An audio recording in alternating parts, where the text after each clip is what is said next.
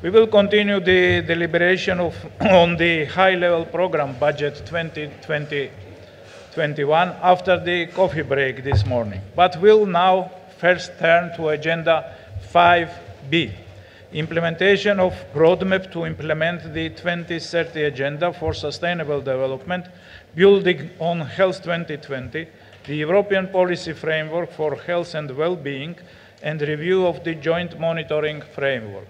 The relevant documents are Euro/RC68/10 Review 1 and Euro/RC67 Informational Document /6. We will also take up to draft decision in the document Euro/RC68/Conference Document /6 Review 1. It is my great honor to welcome Your Excellency, the Prime Minister of Albania, Mr. Edi Rama. Your Excellencies, ladies and gentlemen, on 25th September 2015, the United Nations General Assembly adopted the resolution on transforming our world, the 2030 Agenda for Sustainable Development. The 2030 Agenda is a plan of action for people, the planet, prosperity, peace and partnership, which all countries and stakeholders acting in collaboration will implement. 2 years and a half passed since the Sustainable Development Goals are in force. Last year, the Regional Committee, the roadmap to implement the SDGs was endorsed by all European member states. This roadmap provides the strategic patch for the implementation of the SDGs, fully aligned with the WHO General Programme of Work and builds on Health 2020. The scope of this session is therefore to discuss the progress on the SDGs and roadmap or implementation and highlight international, political, strategic, financial, and accountability aspects of implementing the SDGs, and to adopt the decision on the joint monitoring framework. I now my great honor to ask Your Excellency, the Prime Minister of Albania, Mr. Edi Rama, to take the floor.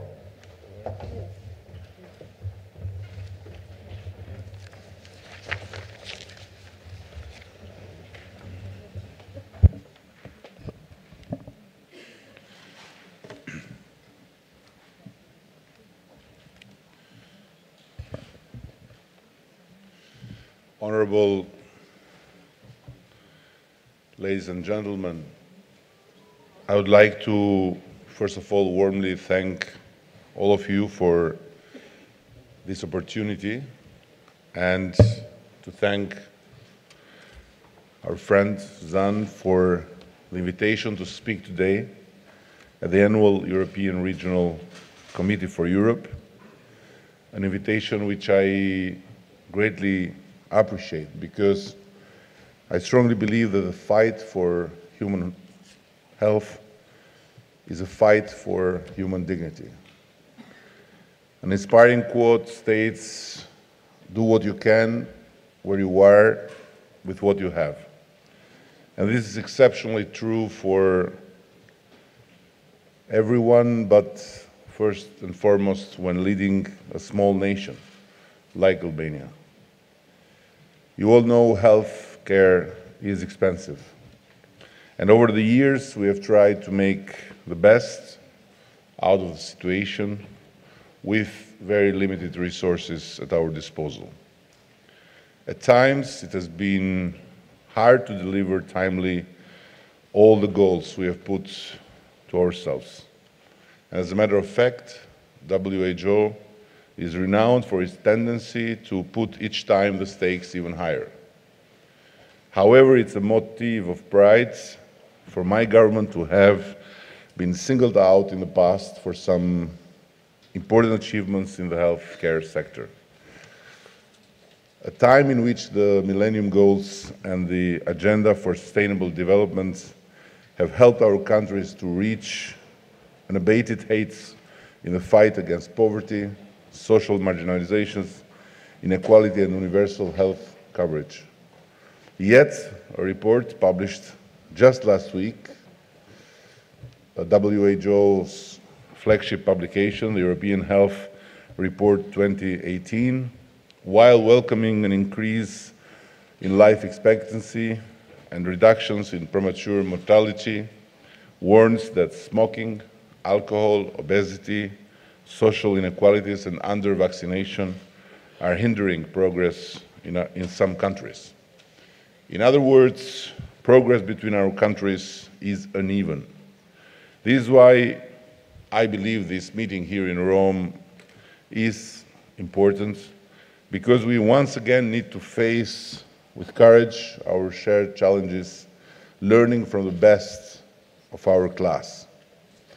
And our well-being will be determined on how much the champions will advance, but also on how much will the least performing countries be able to learn and to keep their pace.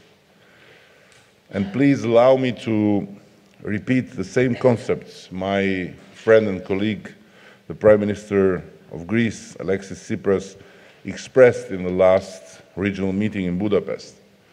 In Europe's 21st century, we cannot allow some of our people to fall behind.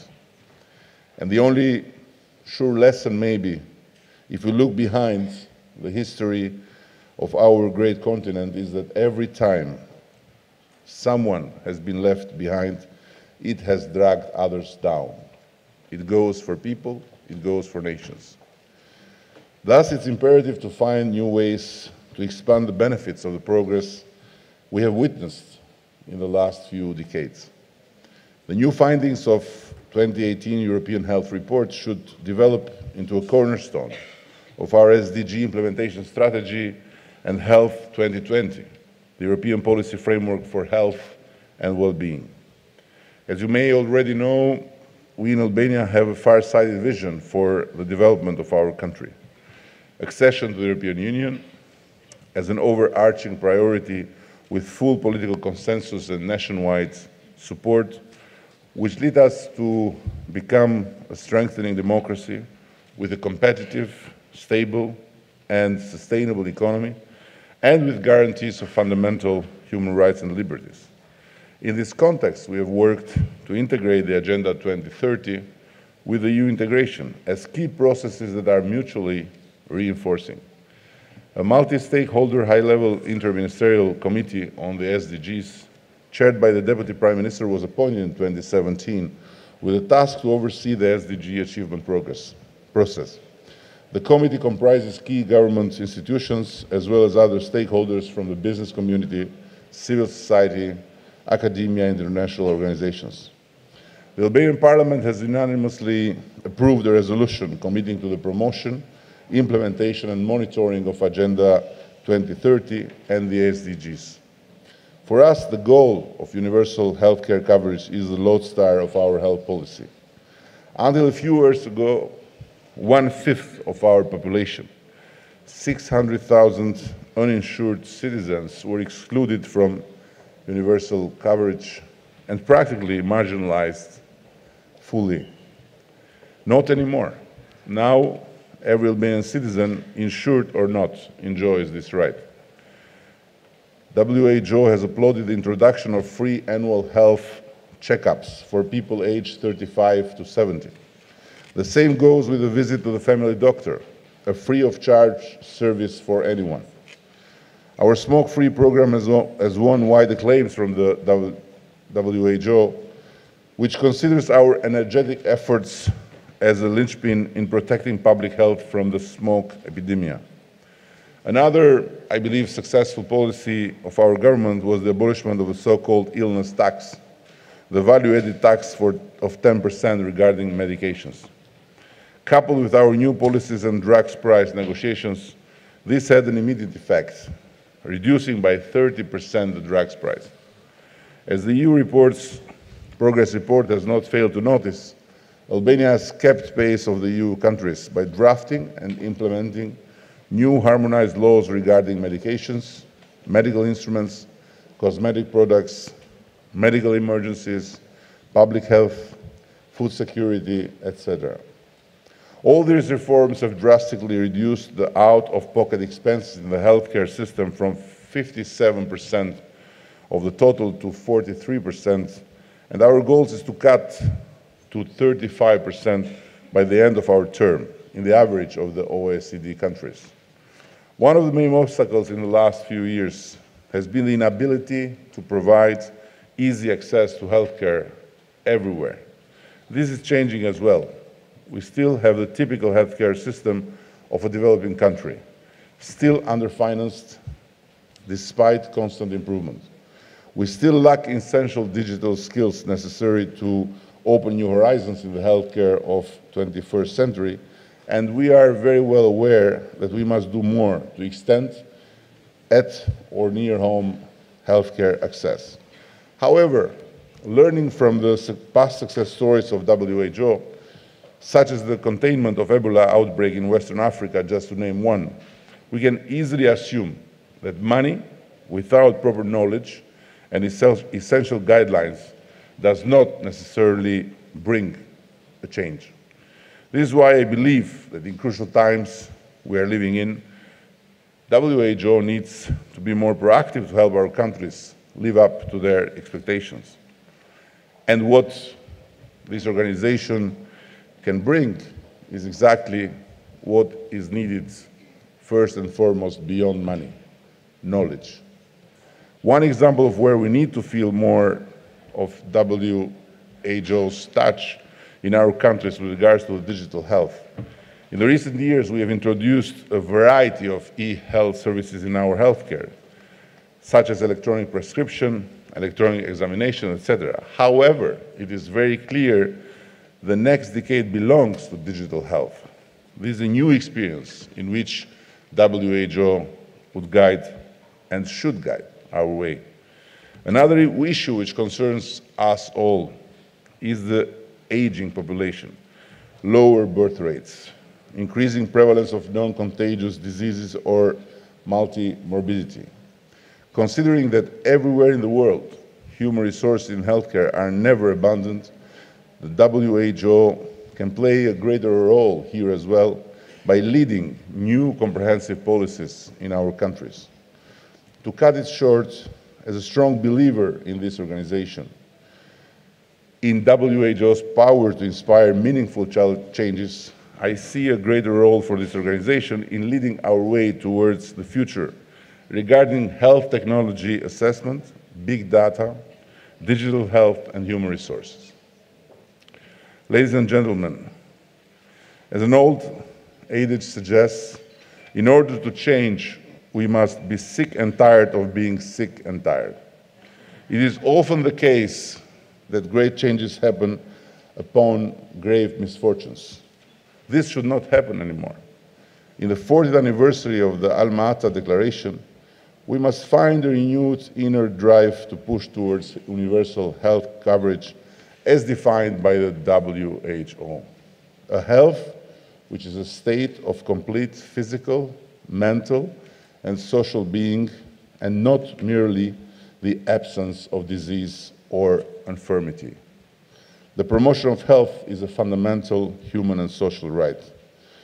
As made abundantly clear from the aforementioned definition, it's not only a question of good health, but a question of comprehensive policies that prevent from the core social and economic causes of poverty and illness.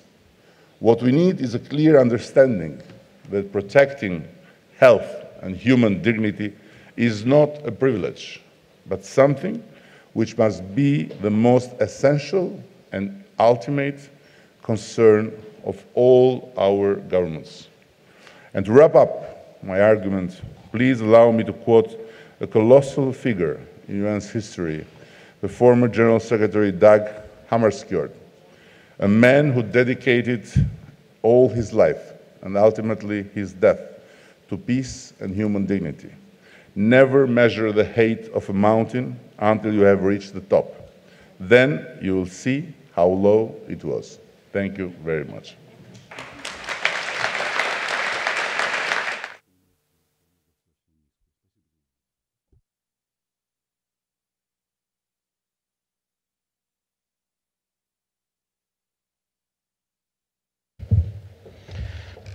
Thank you very much, Your Excellency, for this inspiring speech and for all your leadership to support the health developments in Albania.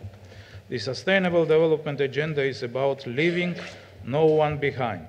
It is fundamentally about people. As we did last year, we will listen to the voices of the region involving individuals from across the European region. So let us first listen to the Prime Minister of Iceland, Katrín Jakobsdóttir, by video.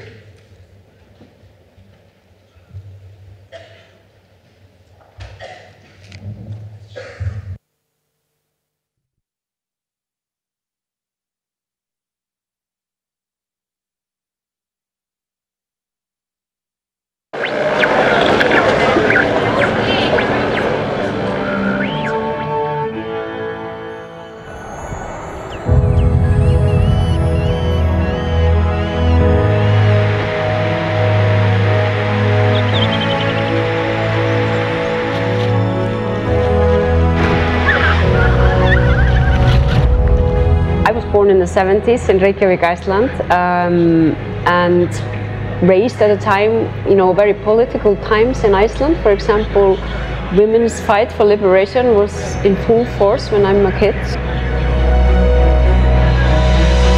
Being raised at times where women are really making a stand has definitely influenced me as a politician and as a person. If you think about sustainable development goals and their impacts on our... In my current job as a Prime Minister, I just think about politics all the time, so I have become quite a nuisance, both in my family and in my friends group. I have 3 sons, and we actually also talk about politics, but we talk about a lot of other things too. And then, of course, I studied Icelandic literature and I read fiction nearly every day. And that's really a lifesaver for me, to read fiction. It's like a therapy at the end of the day. And then I go out running, which is quite a challenge in the weather in Iceland.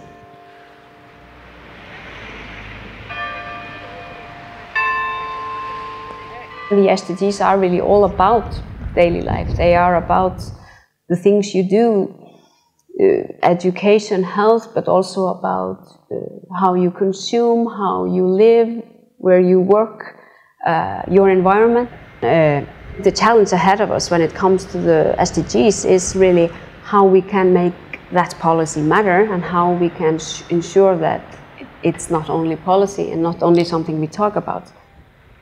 Well, part of raising the awareness of the SDGs is conveying the message that if this is going to work, we all need to participate. And if you just take one issue, the environment, and the challenges that we're faced with there, climate change, etc., it's very obvious that we can't do this just as a government or just as an individual or just as one company. You need the private sector, the public sector, the individuals, the politicians to work together. Raising awareness is just the first step. Then you need to have an action plan. And I think the responsibility of the government there is huge.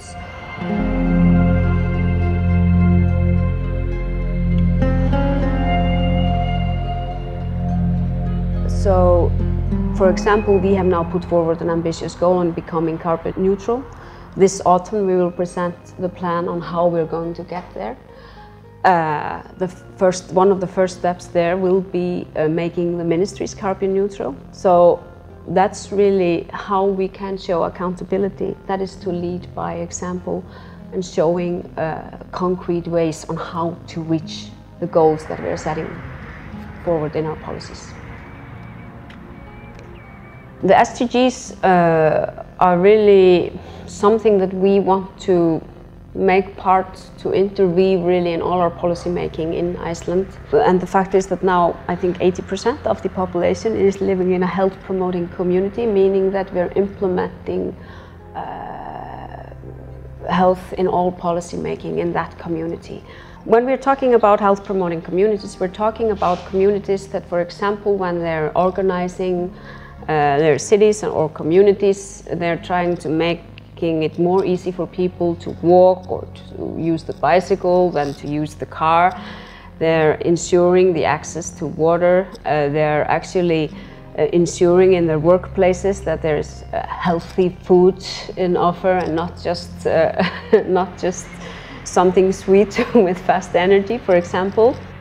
When I was a student in secondary school, you just went and bought yourself a candy bar. But we actually changed all the schools, so the healthy choice was actually the one that was offered for students. I think the health promoting communities show that, because this is something that everybody sees, you know, that it's beneficial. It's always a learning process, really. Implementing international policy making in your own local policy making. And of course, we do mistakes on that way, but that's part of being in politics. You make mistakes on the way. So, and I think the biggest challenge is probably making the SDGs relevant for the daily lives of the people.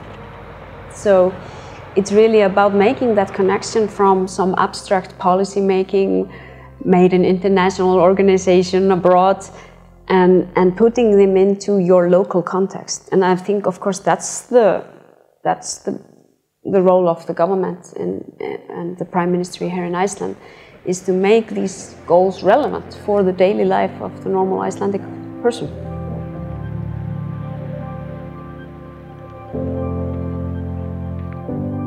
Betri heilsa fyrir okkur öll.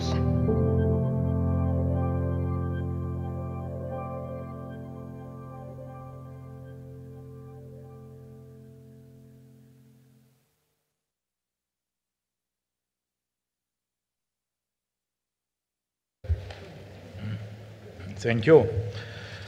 I now ask Dr. Piroshka Oslin, Director of the Division of Policy and Governance for Health and Well-being, WHO Euro, to introduce the discussion.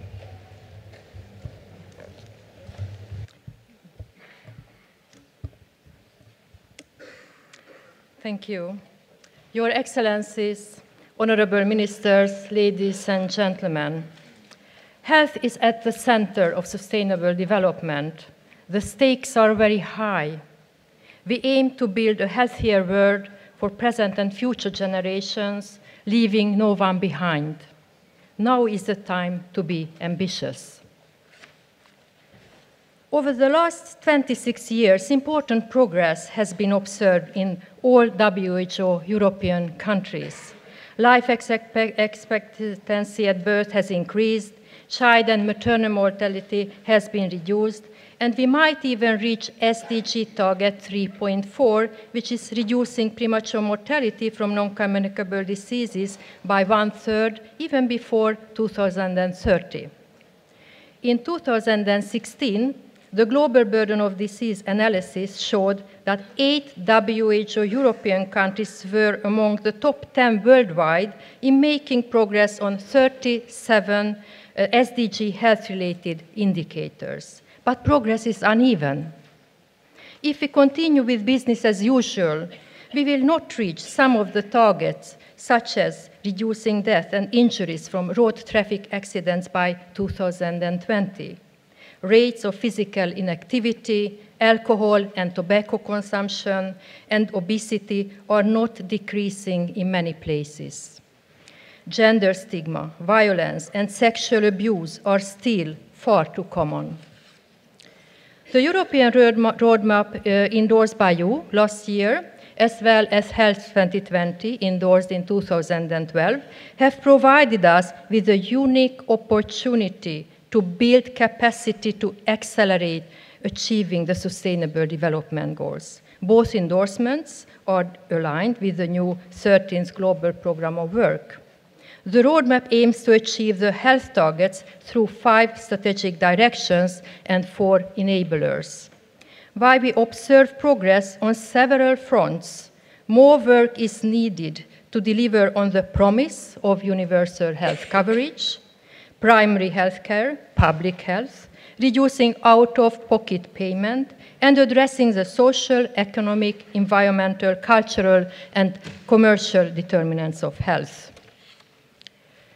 35 European member states have already voluntarily reported progress on the SDGs to the United Nations High-Level Political Forum. Our analysis of 20 voluntary national reviews shows that countries are doing well in key areas such as governance to implement the 2030 Agenda for Sustainable Development, availability of indicators for measuring progress are being identified, while commitment for multi-partner cooperation has scaled up. Inside and outside the health sector, health is increasingly recognized as a vital investment at the highest level of government, with frequent mentions of commitment for universal health coverage and leaving no one behind. Unfortunately, less is reported on activities such as establishing healthy and resilient communities, improving the determinants of health, improving health literacy, and investment for health. The link between economic and environmental dimensions of sustainable development is prominent, but health co-benefits of action in other sectors are rarely reported, and the environmental benefits of action in the health sector even less so. Therefore, the WHO European SDG roadmap offers a strategy and an opportunity for addressing these weaknesses, calling for collective action within our public health communities across the social, economic, and environmental dimensions of sustainable development. Since 2017, we have scaled up our support to our member states. The regional office developed a technical resource package, including fact sheets, tools, resources, reviews, country profiles, and indicators. National health policies based on Health 2020 are revised for alignment with the SDGs. A health equity status report is under development. In member states, WHO engaged with the highest level of government for policy dialogues on SDGs, advised on health financing, equity, and assessed and revised national health policies as instruments to accelerate SDG achievement. We also strengthened partnerships within the UN system to mainstream, accelerate, and enable policy coherence for nationalization of the SDGs.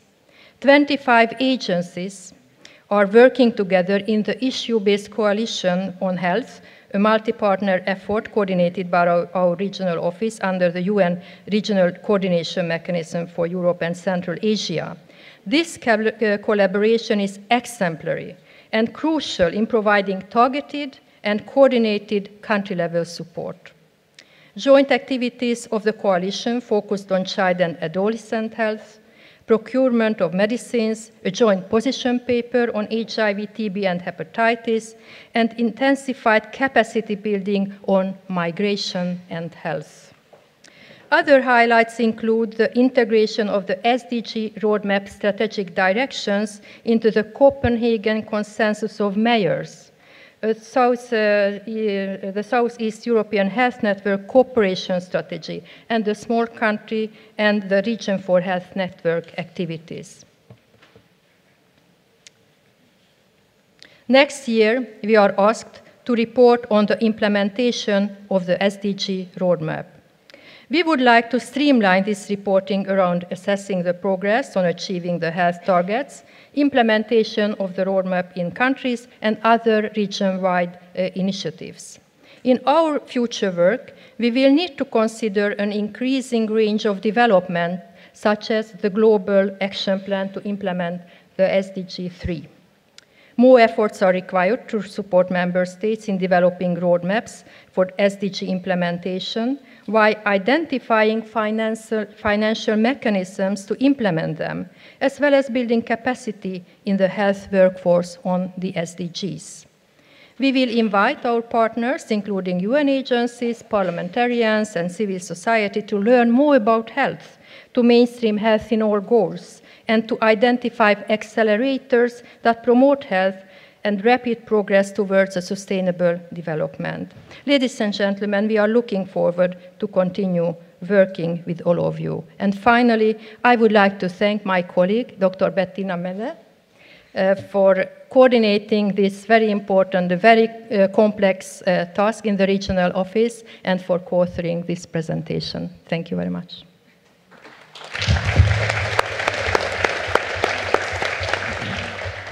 Thank you, Dr. Oslin. I will now give the floor to Dr. Claudia Stein, Director of the Division of Information, Evidence Research and Innovation, to introduce the joint monitoring framework. Thank you. And before I start, I would like to suggest keep your headphones ready. In the spirit of healthy regional committee and exercise, I will give you some finger exercises to use the translation. Господин председатель, Chair, Regional Director, Heads of Delegation, ladies and gentlemen, colleagues. The European Regional Office of the WHO is majorly concerned by the fact that healthcare reporting in the context of the SDGs is creating for member states a great burden. I would like to tell you what we intend to do in this regard. We have a reporting system within the framework of which member states of the WHO must report information about key indicators. According to the European Economic Commission for Europe, healthcare information systems have been set up, and we have indicators in this regard. I shall continue in German. When one looks at it closely, the reporting system is linked. And here you can see it on the screen. We have the alignment of the indicators. This could lead to a duplication of reporting. Now, at the last meeting of the Regional Committee, you called upon the WHO to make a JMF that would include all of the indicators and would reduce the reporting burden.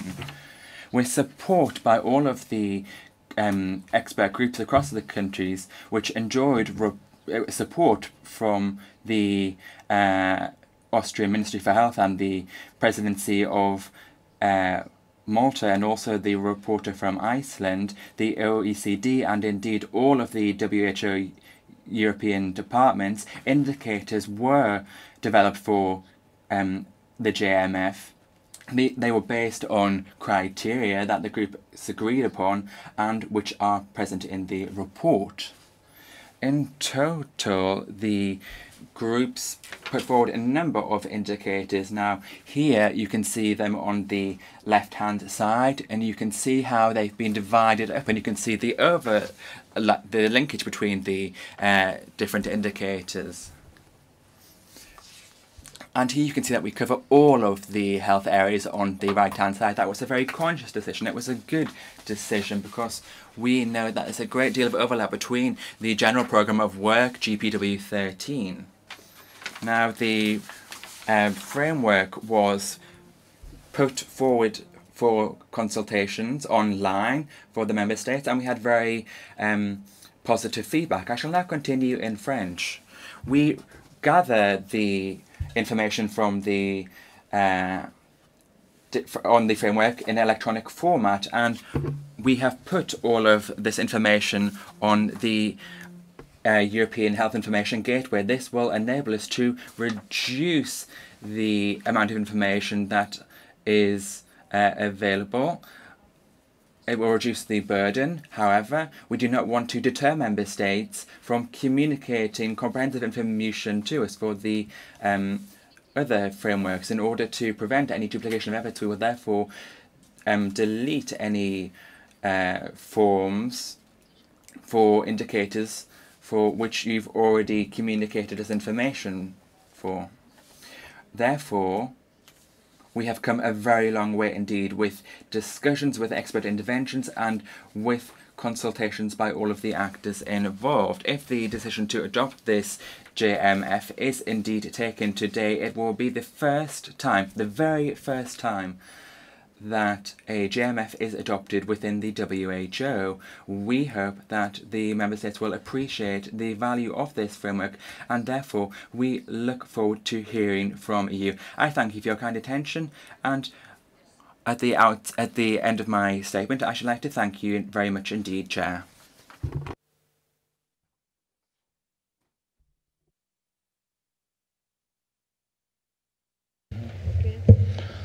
Thank you, Claudia, for a very interesting presentation in all, the official languages, European office.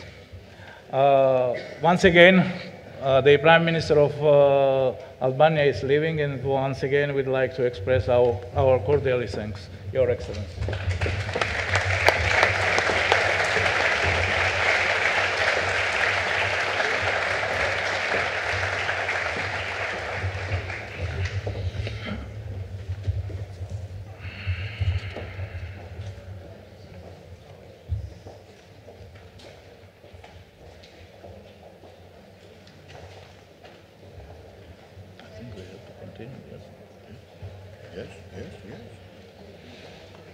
Before opening the discussion, I would like to invite the panel members to join us here. This panel will be focusing on the experience of various member states accelerate implementation of SDGs and increase accountability and monitoring I am pleased to hand over the facilitation to Dr. Natasha Muscat, President of European Public Health Association, to lead this panel discussion. Good morning, and thank you for introducing me to moderate this session. And I would like to invite our speakers to join us and take a seat, please.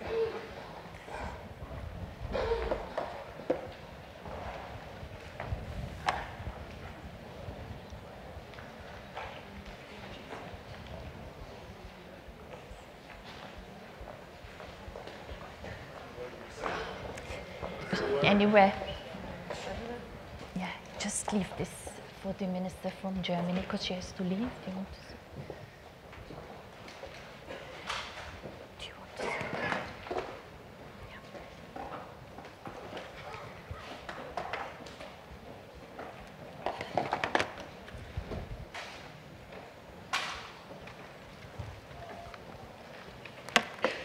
So, Deputy Prime Minister, Ministers, Regional Director, colleagues and participants, I would like to thank our distinguished panel for joining us for this important session this morning. As we heard earlier, a year ago, you adopted the roadmap for the SDGs. But a year later, we would like to hear, what does this actually mean on the ground? How is the roadmap helping you to mainstream health in all policies, to implement Health 2020? And whilst inviting you to keep your interventions short, I would like you to share with us also concretely the progress that you have made, examples we can learn from, the challenges you are facing, and how you think we can work together to overcome them. So without further ado, I would like to introduce the Deputy Prime Minister for Malta, Chris Fearn. And if you can tell us, now that as Deputy Prime Minister you have an overview, a better overview of the workings of government, how really can we mainstream health in all the SDGs? We are not just concerned here with SDG 3. Mr. Fearn. Thank you. Is this on? Can you hear me, guys? Yeah, okay. So thank you, Natasha. Right, so we're not just discussing, we are discussing SDGs, but we're not really discussing the SDGs because those were agreed on 3 years ago and they're halfway through. We're not even discussing the roadmap because that was agreed on 1 year ago and we're now using it to get our SDGs done. What we are discussing is the implementation of the roadmap for the SDGs. And with implementation, there are two. Implementation is the middle of 3 steps, the way I see it. The first is political commitment. Then obviously comes implementation, and at the end of it, there is the reporting or the monitoring. Claudia asked me to say this, so I'll say it. It's not true, she didn't. She didn't. But I'll say it anyway, because it's important. We have to be careful that, now, with the SDGs, we are all obliged as governments to report to UN and to a lot of other agencies. And that's good, because if we don't report, things will probably not get done in a structured way. Because let's face it, the SDGs are not the end all and the beginning and the end of everything. I mean, development has been going on much longer than September 2015. I mean, we haven't started developing since the SDGs came along. What the SDGs do is they give us structure to the way we bring our countries forward, and they set targets. So reporting and monitoring is important for us to make sure we are on target to where we want to go. But we have to be careful that we don't spend more time monitoring and reporting than actually doing what the reporting shows us we need to do. So your joint monitoring framework is an excellent idea, because that will streamline our reporting and allow more of our staff to spend time implementing. But of course we need to know where we are, so the reporting is very good. But coming to the first point, the first step of the 3 steps, before we implement, we need to have the political commitment. And I know this is our mantra of saying that we need to have health in all policies, and that we need all our colleagues in the other departments and other ministries to consider the health implications of every policy they bring in. And really, politicians want to do good. I mean, you'll be surprised to know that politicians actually want to do good. And if you can show them that what you are proposing is good, then most of the politicians will take it on. But if you can show them that what you are proposing to them will make them look better than their colleagues, then they will take it on even more. And this is off the record. Don't quote me on that.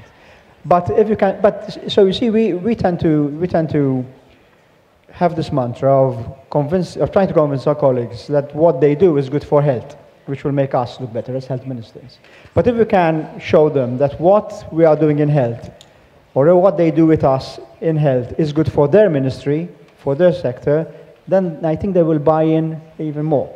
So Piroshka mentioned that we are lagging behind on road traffic accidents. So if we can, and it will be easy to convince our transport ministry or the interior minister that they need to take steps to decrease road traffic accidents, not just because it decreases morbidity and mortality, but it also makes the transport ministry and the health ministry look good. So if we can turn this argument around, we will get more, I think, we'll get more political buy-in from the rest of our colleagues. For instance, last week we were some of us here were sitting in Vienna at the European Union Health Council Ministers meeting, at the Health Ministers Council. And somebody very rightly said that bad health is more expensive than good health. So as we progress forward, as we get everybody on board to give our citizens better health, it's actually more sustainable. So again, this is an argument we need to make with our finance ministers. So the options are there. I mean, we can either convince all our colleagues to buy into this, and I think the way to do this is, one, to show them the benefit that they can get out of contributing towards the health sector, or, like we've tried to do, is to make the health minister at least deputy prime minister, so we can have better. And I suggest more health ministers become prime ministers, then that will make it easier. One last thing, and this is reporting.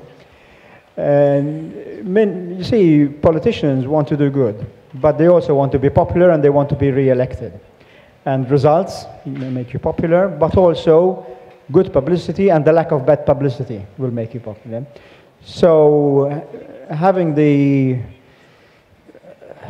threat of either being exposed if you're not doing well enough, or praised if you are doing well enough, which is what reporting and monitoring can do, is a very good carrot and stick for politicians to buy into the system. So I think to implement, and I know my time is running out, so I'll stop here, we need to get our politicians on board, and I suggest that, one last thing, politicians don't like to read documents, maybe presentations and maybe a roadshow that you can take around, that we can take around to our various ministries, will help with going to where we want to go. So thank you, Natasha. Thank you very much, Minister Fenn, for, I think, sharing with us some very pragmatic political insights. And I would like now to introduce Ms. Sabine Weiss, who is the Parliamentary State Secretary to the Federal Minister of Health in Germany. Recently, Germany, Norway and Ghana have requested the development of an SDG 3 action plan. Can you brief us on this particular proposal, whilst perhaps also touching upon some of the national work that you are doing in Germany? Ja, schönen Dank. Well, thank you very much indeed. First of all, let me just say something about the basics and our view of the SDGs, the sustainability goals, that is, of age of Agenda 2030. Of course, are visionary, they're ambitious, and at the same time, this is something we are convinced of in Germany, they are also reachable. However, we want to reach the goals of the Agenda 2030. It also means that we have to have a clear plan in order to implement those sustainability goals. It's not enough if everyone just goes it alone and hopes that others will become active as well. No, we all have to do something together, and that is a challenge for all of us. And I'm very pleased that in our region, we've already been able to adopt a European roadmap last year. Reaching the SDGs, and the Minister from Malta just said it as well, and by the year 2030 is something that we have to do together. It means coordinating and organizing our work together. It means that the SDGs and SDG 3 above all, and that is promoting healthy life for all persons of all ages, is something that within the 17 sustainability goals has a very important role, and it means that we must cover all aspects that have to do with the interaction of all of these points. We have already gone through a fourth of the time that we have in order to achieve the goals of 2030. And it also means that on the way to achieving the ambitious Agenda 2030 and the sustainability goal number 3, we have already let 3 years go by. And therefore, all actors in the health sector should recognize that if we want to achieve that very ambitious health goal number 3, if we really want to do so, then we have to do more. And with respect to the many actors who are working in the health sector, of course, we need international coordination. Otherwise, we'll be having duplication of effort and loss of efficiency and many other gaps as well. And it is precisely this reason that led the German Federal Chancellor Merkel, who is a pioneer in this area, to decide an initiative together with the President of Ghana and the Prime Minister of Norway, and ask the Director General of the WHO to draw up an action plan for the implementation of Sustainability Goal 3. And in a first step, the actors of WHO, UNAIDS, UNICEF, UNODC, the World Bank, Global Fund, and Gavi have been brought together in order to pool their forces and coordinate their efforts. And we're very pleased to have a draft of that action plan presented in mid-October at the World Health Summit in Berlin. We're looking forward to that. And the effort to coordinate the SDG 3 action plan within numerous international organizations is a great challenge, not to be underestimated, even for the WHO, but it's also a great opportunity of which the WHO must avail itself, and this in the interest of implementing sustainability goal number 3, and above and beyond that, to promote global health for all. And we believe that this initiative on the part of these 3 heads of state and government gives a clear sign that we need less fragmentation and more coordination and strengthening of the role of the WHO in the area of global health.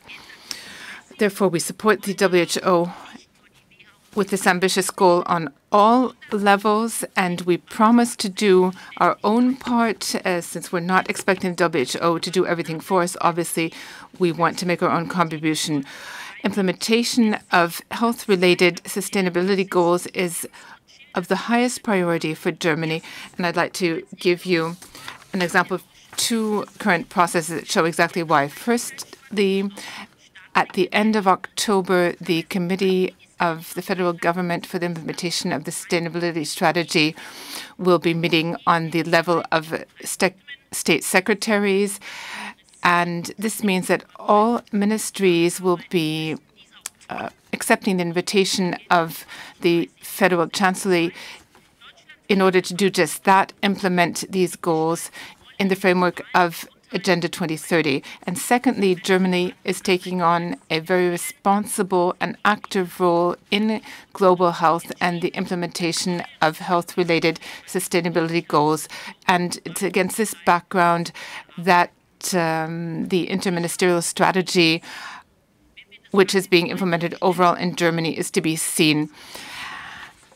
We are confident that we will be doing good work under our Federal Chancellor in Germany, and that by 2030 it will be possible to achieve all of these goals together. Thank you.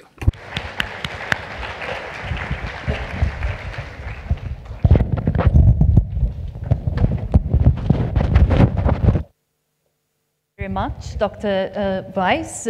I think one of the very important things you said was about pooling forces. And I think that is a very important message. I know you have a very busy schedule, so I'd like to thank you in advance once again for finding the time to join us, since I am aware that you may have to leave before the end of the session. And I would now like to move to Dr. Arsen Toroshan. You are the Minister of Health in Armenia. And Minister, can you tell us a little bit more about your specific health priorities when implementing the SDGs? I know particularly that you are doing some important work both on the elements of financing and primary health care. The floor is yours. Thank you. Is this on? So the government of Armenia is fully committed to the attainment of UN Agenda of 2030 and signed on to agenda on its 17th SDGs in September 2015.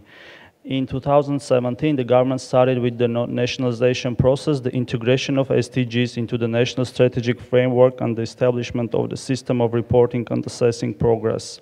In mid-2017, Armenia initiated the development of new Armenia Development Strategy 2030. So health and well-being are high on the agenda, and we can show progress on several of them. So infant and under 5 mortality rates are reducing, but maternal mortality is higher than EU averages. 91% of the target population are now covered by all vaccines included in our national vaccination program. All registered people with advanced HIV infection have now access to antiretroviral medicines, and in 2017, Armenia became one of the first 4 countries in the world to eliminate mother-to-child transmission of HIV. The number of tuberculosis cases has been steadily decreasing in the last decade and was 27 people per 100,000 population in 2017. The country developed a national strategy to reduce morbidity and mortality due to chronic hepatitis B and C. However, development and implementation of effective viral hepatitis control measures remains a major issue for the healthcare system. The mortality burden due to most relevant prevalent NCDs comprised 80%, with CVD being the lead cause, 48%, followed by cancer, 21%, diabetes, 4%, injuries, poisoning, and external causes, 4.5%. Chronic obstructive pulmonary diseases, including bronchitis, asthma, and other chronic pulmonary and bronchoectasis diseases, 4%. Risk factors contribute to the rise of NCDs. For example, the level of tobacco use is high among male population in Armenia, with more than 52% of men and 1.2% of women smoking tobacco. Armenia has ratified WHO FTCT FCTC. However, many interventions are still not enforced. Now we are working on the draft new tobacco law, which will enlarge the scope of restrictions on smoking areas in Armenia. Our priorities with the SDGs are clear. We need to focus on strengthening prevention of diseases through early diagnosis and treatment with special emphasis on non-communicable diseases. A strong primary healthcare system needs to be in place, including increased accessibility to deprived populations, guaranteed availability of medicines and technologies, and the provision of long-term patient-centered care. Develop and implement better standards in healthcare services. Ensuring specialized inpatient medical care for vulnerable groups, improved maternal and child care, reproductive and adolescent health. Next priority is medical providers' capacity building and professional development, and introduction of health insurance to enhance the financial sustainability of the overall healthcare system in the country. But all this, we cannot do this alone. We require cooperation across sectors, including for allocation of resources and ensure their efficient use at the service delivery level. Government taxation and revenue collection, sound planning and financial management, anti-corruption measures, and universal social protection.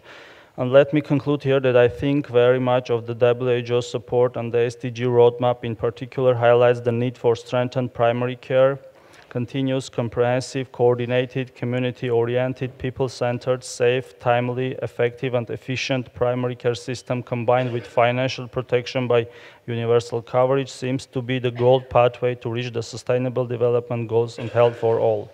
Thank you. Thank you very much, Dr. Torojan. I particularly liked your emphasis on prevention and universal health coverage.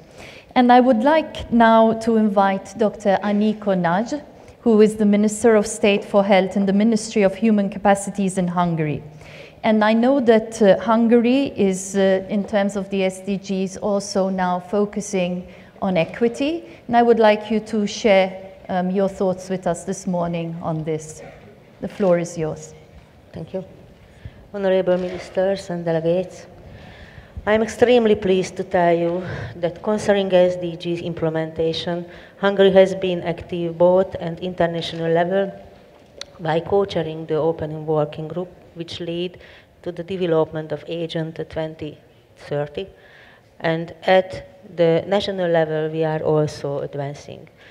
We have developed our Sustainable Development Strategy, and this year we presented voluntary report to the UN High-Level Political Forum. Our priorities connected to SDGs include empowerment of families, improving the economy, employment, innovation, and access to clean water and sanitation. Health of our citizens play a fundamental role. To improve the health of Hungarians, we need to focus more on disease prevention, improve healthcare and primary healthcare, and address lifestyle-related risk factors like unhealthy nutrition, physical inactivity, smoking, and alcohol consumption. The PREVENT organization of the umbrella structure of the Ministry of Human Capacities offers opportunity to work across sectors such as health, social, family, and youth affairs, education, and sport. Within this responsibility and implementing the SDG roadmap, Hungary has strengthened its focus on equity. As an element of implementing the goals of the Protocol on Water and Health and addressing relevant SDG targets to achieve universal and equitable access to safe drinking water and sanitation. Hungary was one of the European countries testing the WHO Equitable Access Scorecard. This is a tool supporting policy, progresses to safeguard the human right to water and sanitation. In collaboration with the WHO, a study on social determinants and health involved nearly all sectors under the umbrella of my ministry in a policy dialogue addressing health inequities in Hungary. The policy dialogue focused in identifying the equity aspect of public policies, for example, employment, communities and housing, or access to health services. In order to maintain cohesion among the various government initiatives, my ministry is in establishing a high-level intersectoral task force on high equity. This task force builds on the several recent governmental initiatives, including fiscal measures to reduce income tax for families, interventions to create healthy living conditions, and health services for all, especially children and population groups at risk, such as delivered by Public Watering Act, daily physical activity and in-school curriculum, food tax, national immunization plan, people-centered care for TB in a low medicine country context, and so on. The task force will serve as a board to look at equity issues from a cross-cutting approach, helping the sectoral and intersectoral government policies and plans to meet SDG targets on time and as intended. As recent development, focusing on public health and equity issues, the preparation of 5 national health programs has started addressing cardiovascular diseases, cancers, musculoskeletal disorders, and promoting children's health and mental health. We are very much looking forward to the continuous WHO support in the implementation of the SDG roadmap. Thank you. Thank you.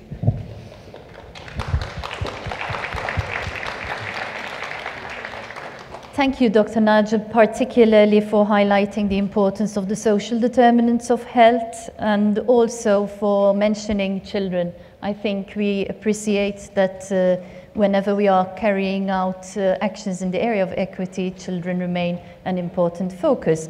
And I would like now to invite Dr. David Sergienko, who is the Minister of Health within the Ministry of Internally Displaced Persons, from the occupied territories, labor and social affairs, so in Georgia. So I know that Georgia plans to integrate the SDGs into the whole of government internal reforms, including those for the health sector. And I'm sure that our participants would like to learn a little bit more about these ambitious proposals you have. The floor is yours.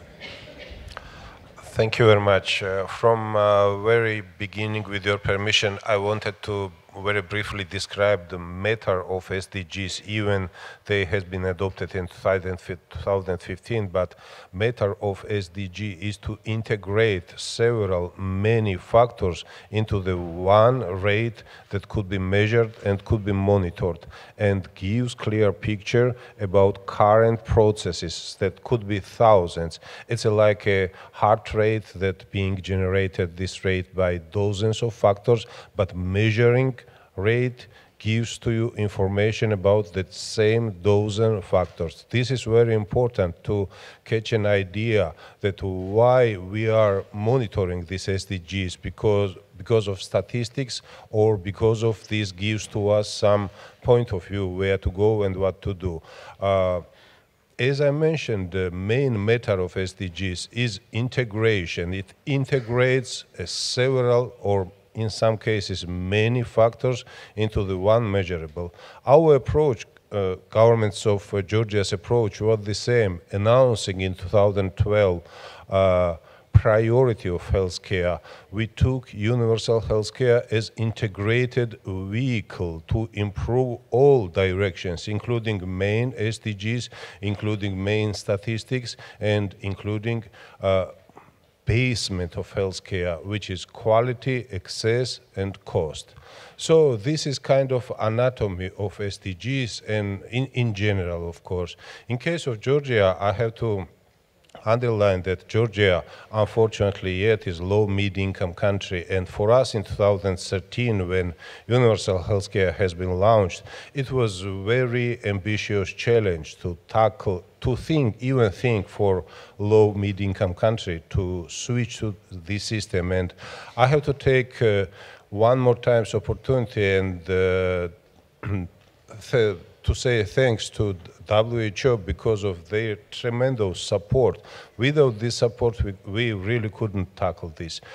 Understanding that SDGs are integrated indicators of running of system, and understanding that this is very challenging, we chose this approach that universal healthcare is the key to work in every direction of SDGs or main statistical indicators, and also improvement of access to primary healthcare is another key issue. But there is some difficult obstacle that, unlike hospital care services, when some program or insurance covers medicines that being utilized in medical facility, huge barrier, at least for our country and for many countries abroad, is a barrier for medications for chronic diseases. Without improving access to medications for chronic diseases, you cannot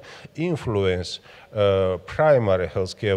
Without influencing primary healthcare, you cannot reload, overload on your universal healthcare. So this is very, very complex and sophisticated approach, and SDGs are really key to judge on ongoing processes, because otherwise, without such integrative approach, it would be impossible at all to do what we are doing. So, as government of Georgia recognizes one of first priorities of healthcare, SDGs also our main guideline that we are trying to follow, and I'm hoping that with such international collaboration, with such excellent partnership, we will tackle these challenges. Thank you very much for your kind attention.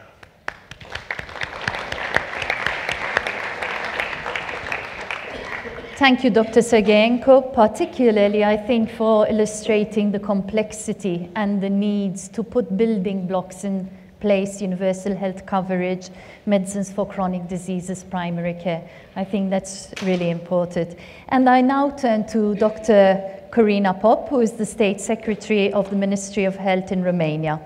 And I know that, to our great pleasure, with the participation also of the regional director, your president recently hosted a meeting on the SDGs and health. And it would be interesting, I'm sure, for other countries to learn what happened in the run-up to the meeting, why the meeting was held, and also how the follow-up has been achieved. The floor is yours. Thank you. At the heart of the Romanian development paradigm, as it was presented in June in Bucharest in 2018, to the high-level political forum that you're talking about, are the key principles of sustainable development, good governance, and respect for the rule of law, human rights, and gender mainstreaming. Romania strives to address inequalities in all kinds and engage in the creation of opportunities by a series of long and medium-term strategies countrywide. It is an ongoing process, and the present report will enable us to calibrate and set future goals. In Romania, currently, we are implementing the health target through the National Health Strategy. The vision was to reform the health system. The strategy is in ongoing implementation. And let me highlight a few developments.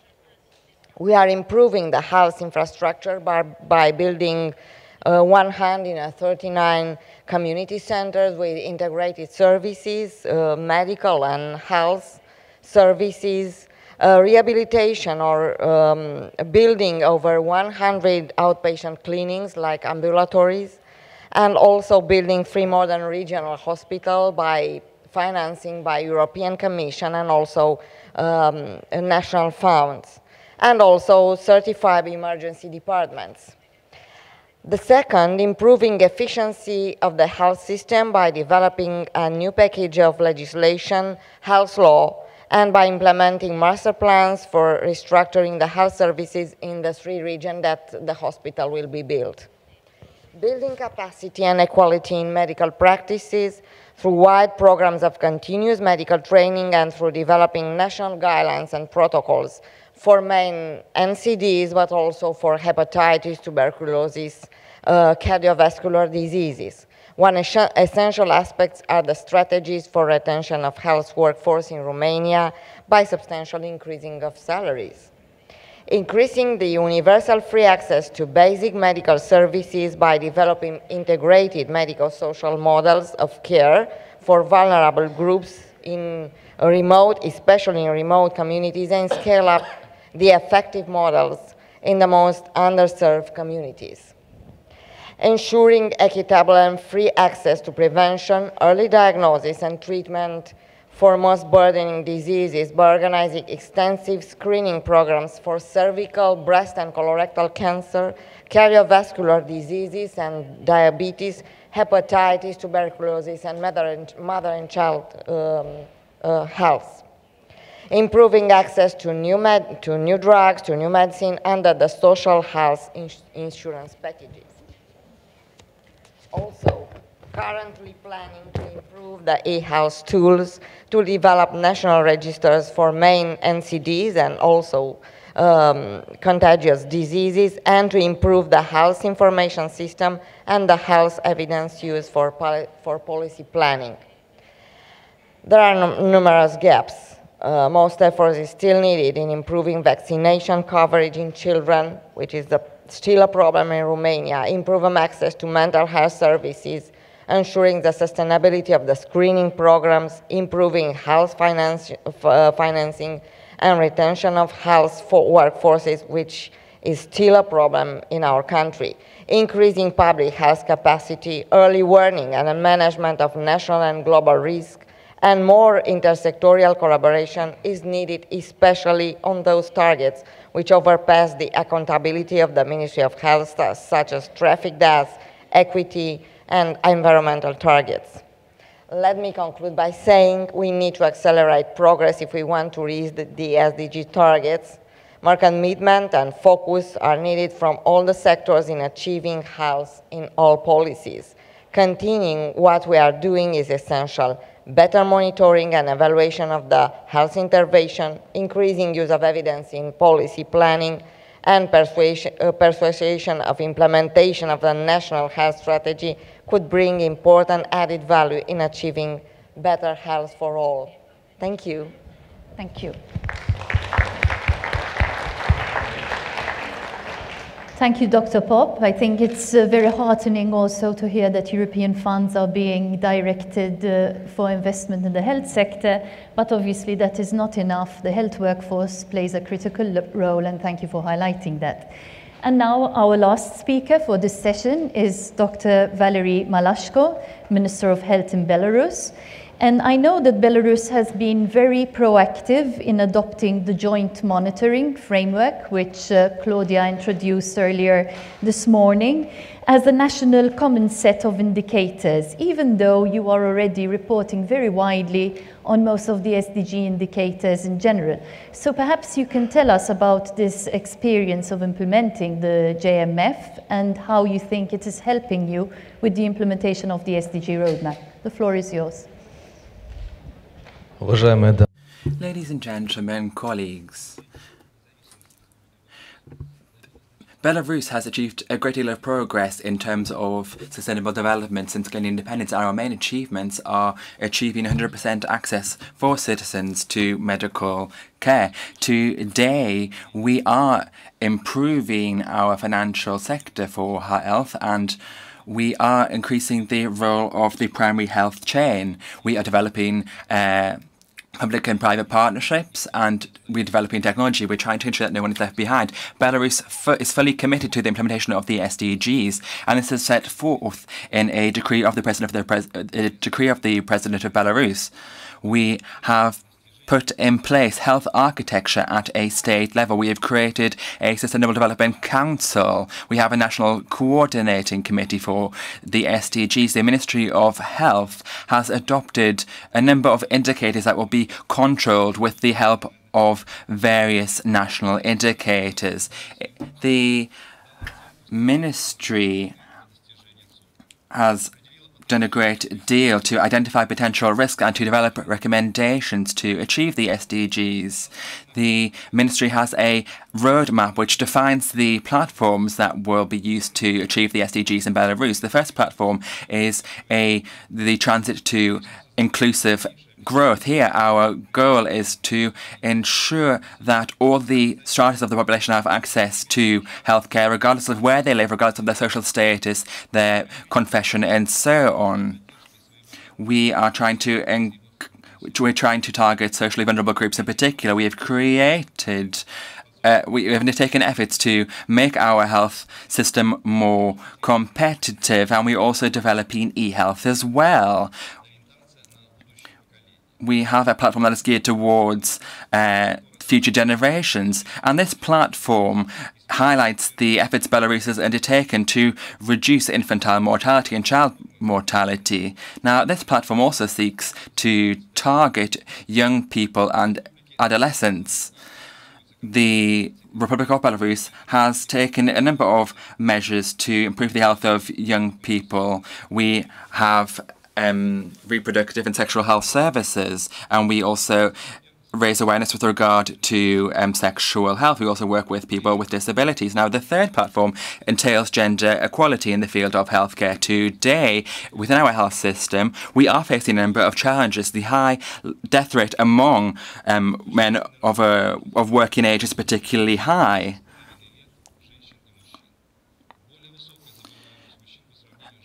Men tend to have a higher rate of disease than women, and therefore we have set ourselves the goal of reducing the death rate of men who are of working age by adopting a life course approach. We've taken various measures to tackle the NCDs, and we are focusing on prevention in particular. Now, in the country, we have a male healthcare service. Now, the fourth platform entails social innovation and transformation. Now, this platform looks at the digital transformation, and here we're talking about having qualified staff, and we are talking about empowering people to take ownership of their own health. We have an e-health system in Belarus which enables us to provide medical information and to look at indicators for public health as well.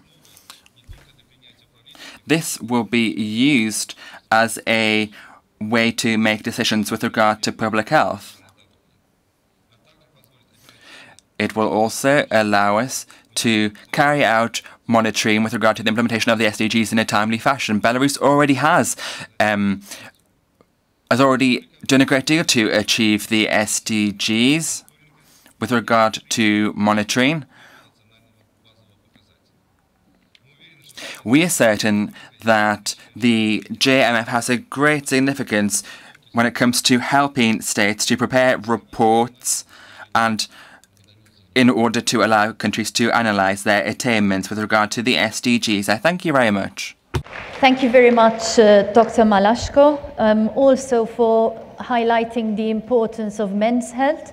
As we know, the men's health strategy is one of the important items for discussion also on the agenda.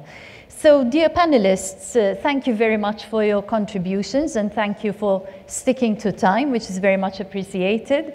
I think this has been a very enlightening discussion and has showed us a variety of examples how different countries are implementing the SDGs in very different ways. So it's not really a one-size-fits-all approach. Context definitely plays an important part. The agenda is a long one, but it's very heartening to see that a year after the adoption of the roadmap, we can start to report also on some progress underway. Of course, there is more that needs to be done, and I'm certain that there is going to be much follow-up in the coming months and years. And with that, I would like to hand the floor back to the President. Thank you. Thank you. Excellencies, ladies and gentlemen, thank you very much. And I would like now to open the floor for the comments from the member states, including on the decision under this agenda item. I request delegates wishing to speak to raise their nameplates, and I will start with Sweden.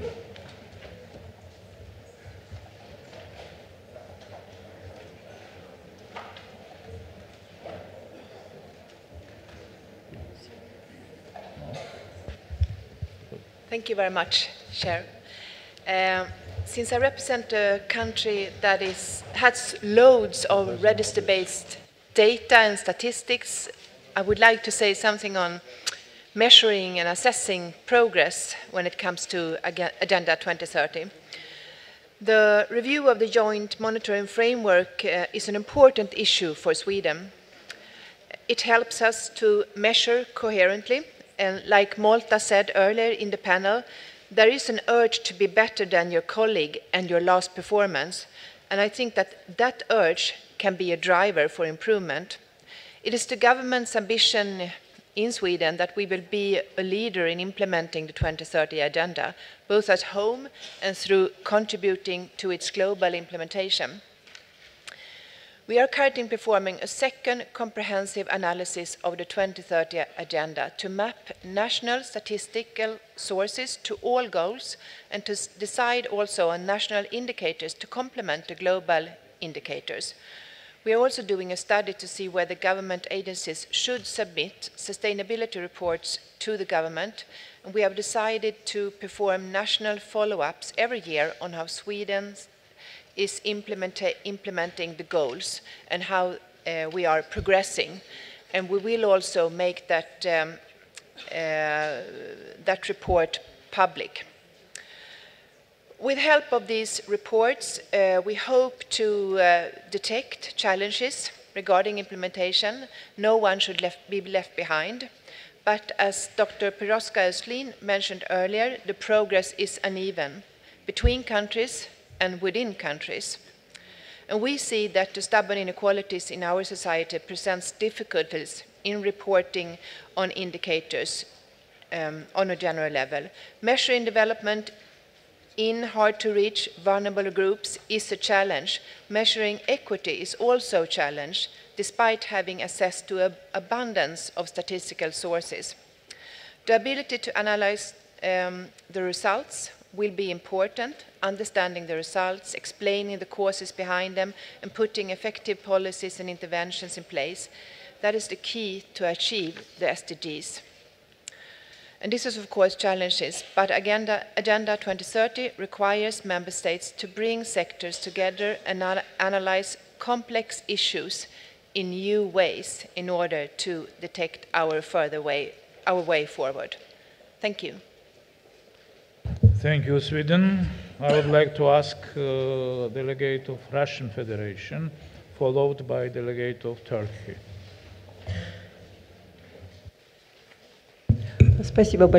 Thank you very much, Chair. The Russian Federation supports the draft decision on the JMF in the context of the roadmap on implementing the Agenda for Sustainable Development Building on Health 2020, the European Health Policy Framework. We feel that the adoption by the Regional Committee of the mechanism on the basis of indicators which are common for the SDGs and the Health 2020, and indeed this is something that Russia actively took part in, will help us reduce the reporting burden on member states and the various other procedures. The mechanism will also help member states to prioritize the processes of gathering data and looking at their SDG monitoring, and it will help them align with international monitoring. Now, as for data collection, there will be a reduced burden, and therefore it will be easier to harmonize the countries of the CIS that have similar reporting systems. Moreover, there will be no obstacles when it comes to providing data to each monitoring system for countries which are able to do so. We support the draft decision, and we are interested in continuing and expanding cooperation with the WHO in this area. Thank you very much. Russian Federation, I would like to ask delegates of Turkey, followed by delegate former Yugoslavian Republic of Macedonia. Thank you, Chair. We thank the Secretary and the expert group for the hard work. After examining the proposed set of indicators, we strongly say that the proposed common set of indicators put the minimum standards of monitoring for the three global frameworks in front of us for both national and regional levels, as well as promoting the collection of data in a systematic way in the region. It's quite obvious that the expert group has worked attentively for the selection of the common set of indicators which will help monitoring the three global frameworks the best way at the same time, yet would not cause an extra burden to the member states. After examining the proposed implementation of data collection for the GMF, it can be seen again that the member states are trying to be burdened with the least possible way, which would be an encouraging factor for the member states. Since duplications during the data collection and reporting process discourage the member states with the feeling of doing the same thing over and over again. And we appreciate the collaboration with other international agencies and extra effort not burden the member states with the same processes. Regular reporting and regional analysis will be lower for the region in terms of reaching the global targets of these frameworks. Considering the improvements and achievements in our health systems, our region stands a high chance to reach the SDGs in its time. Small yet consistent steps will make us closer to achievement of these global frameworks as a region. Therefore, as Turkey, we believe that the GMF would provide us with this opportunity and support the draft decision. Thank you. Thank you, Turkey. I would like to ask delegates of former Yugoslavian Republic of Macedonia, followed by Slovakia.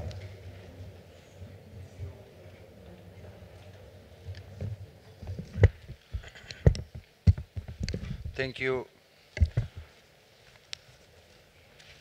Executive Presidents, dear Excellencies, Madam Regional Director, Honorable Ministers, distinguished delegates, ladies and gentlemen. It's okay. I have the honor to speak on behalf of the 9 member states of the Southeastern Europe Health Network who have associated themselves with the statement Albania, Bulgaria, Bosnia and Herzegovina, the State of Israel, Republic of Moldova, Montenegro, the Republic of Macedonia, Romania and Republic of Serbia. Thank you for this informative and important first review of the action taken and progress made of the roadmap to Health 2020 implementation and common set of indicators for the joint monitoring framework. The Southeastern Europe Health Network countries express commitment towards the implementation of the SDG Agenda 2030 and Health 2020 through the Știanu Pledge outcome become signed of the 4th high-level minister forum, which set out the policy direction of our network that will contribute to implementation the global United Nations and World Health Organization agenda and the SDG 2030.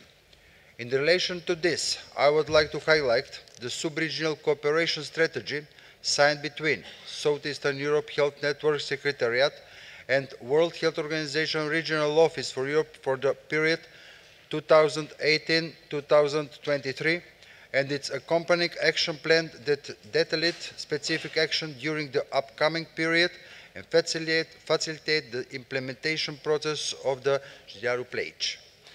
The Southeastern Europe Sub-Regional Cooperation Strategy is a strong underpinning alliance to achieve our common goals. Thus, I would like to express our most sincere gratitude and appreciation for World Health Organization Europe's effort and contribution that led to the very successful policies and policy outcome to the achievement of Sustainable Development Goal 3 and to other related health SDG and goals, especially its key target of universal health coverage. Consequently, I would like to underline and bring to the attention of all the colleges, European Minister of Health, that the Southeastern Europe Health Network has worked closely with the World Health Organization Europe Health Information Initiative following the ministerial meeting held in Tel Aviv. In this context, I am proud to inform the plenary that some of the Southeastern Europe member states, as Bulgaria and Republic of Moldova, have already advanced and produced with World Health Organization twin publication on the health status and well-being of their countries, with a focus on the Health 2020 targets. This example set the scene of the other countries to follow in the very close future. Unfortunately, careful reviewed at the national level and sub-regional are meant for the high-level stakeholders to be equipped, informed with the robust and informative data for future tailored health reforms. Furthermore, I would like to express thanks on behalf of the Southeastern Europe Health Network countries to the expert group to develop the joint monitoring framework aimed at reduce the reporting burden and at streamlining and strengthening the information system at the national level. Also, in the initiative is cross-cutting and helps to decrease the report burden across the SDG. Ladies and gentlemen, finally, I would like to call on our other partners and the Europe Commission, World Health Organization Europe, and all other United Nations agencies to support us in our particular endeavors and the sub-regional level to implement all of these major policies and expressed in European Union policies, the World Health Organization Europe Health 2020 and United Nations Agenda on SDG 2030. Thank you for your attention. Thank you.